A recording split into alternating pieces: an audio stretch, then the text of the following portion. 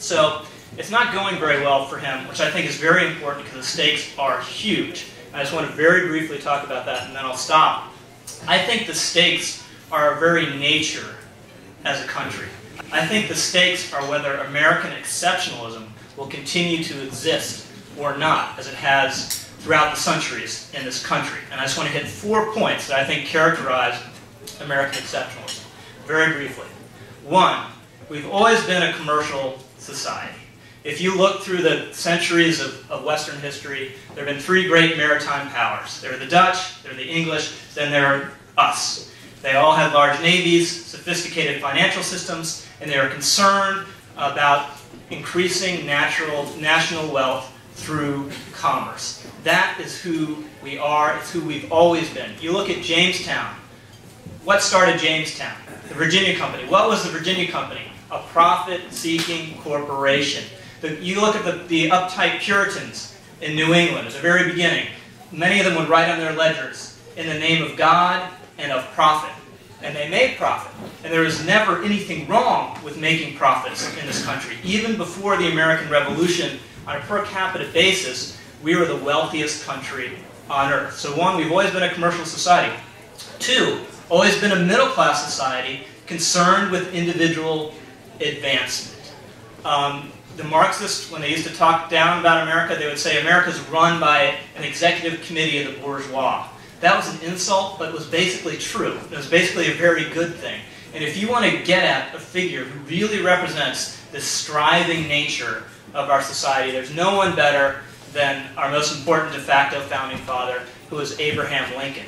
You know, there's a lot of body snatching that goes on with Abraham Lincoln. A lot of it happened around the time of the inauguration. And every time I heard someone from the other side doing that, I want to say, he is ours. If there's anything more than Lincoln hated than slavery, it was economic stasis. He hated the Jeffersonian vision that we'd all be yeoman farmers forevermore, removed from modern economic life, and living virtuously ever after. He knew that was basically a lie. He was estranged from his father, because his father was a subsistence farmer with no other economic ambition for himself. And people forget, he was a lawyer for the railroads, because for him, the railroads represented economic progress. So there's nothing that he would hate more than having the federal government go out of its way to prop up dying businesses and to block the creation of something that is new.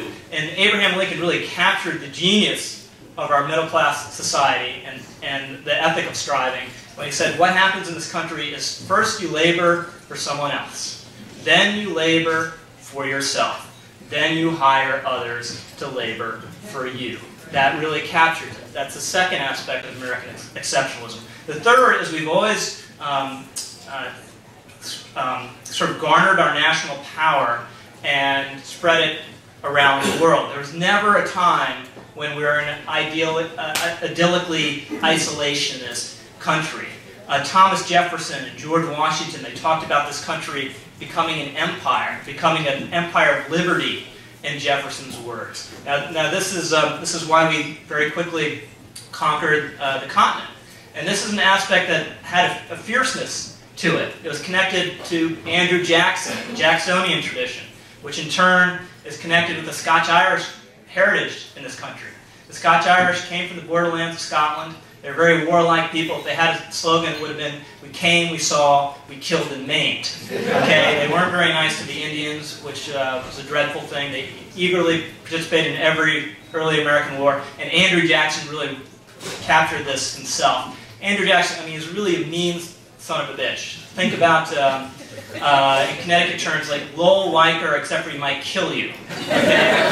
That's Andrew Jackson. And this is why every time we've been hit in this country, whether it's Fort Sumter or Pearl Harbor, we have hit back twice as hard and made the maximum effort also to spread our system of values. So when George W. Bush stood up on that rubble on 9/11 and said, I hear you and the world will hear you, that was a fundamentally American response. And fortunately, it's been leavened throughout our history with idealism, which you look through the 20th century, it ran through Wilson, through FDR, through Kennedy, through Truman, through Carter, through Reagan. So we've always been a crusading world power. And fourth aspect, and then I'll stop, this is the most important one, is we've always protected freedom through limited government. Europe always had the opposite idea. Their constitutions were always about government giving people rights. Our Constitution is about protecting people from government so they will have rights, right? And anything, there are famous statements, dozens from James Madison about this. He basically said the first task of government is the government has to control the governed, then it has to control itself. And that's the key insight from the founders. That's why, as George Will pointed out in the column today, the word no is so important in the Constitution. We've heard a lot of complaints about the word no lately. The word no is extremely important. You wouldn't have a First Amendment without the word no. So we've always had a more limited and constrained state than other advanced countries, and we've been more free for it. So those, very briefly, that's a tour. Those are the four things. We've been commerce-loving, striving, we've been a world power, and we've been freer. And we've been different than every other advanced country in the world. And what has the left's reaction to this been, historically? They have been ashamed and outraged by it. They want us to be like everyone else. And that's what they're attempting to do right now. You can't have a commerce-loving society when it's smothered by the state. You can't be a world leader when you're going around the world bowing and scraping and apologizing. So to me, this is the literal radicalism of Obama's project because he's attempting to change who we are at the roots. And just one last concluding thought.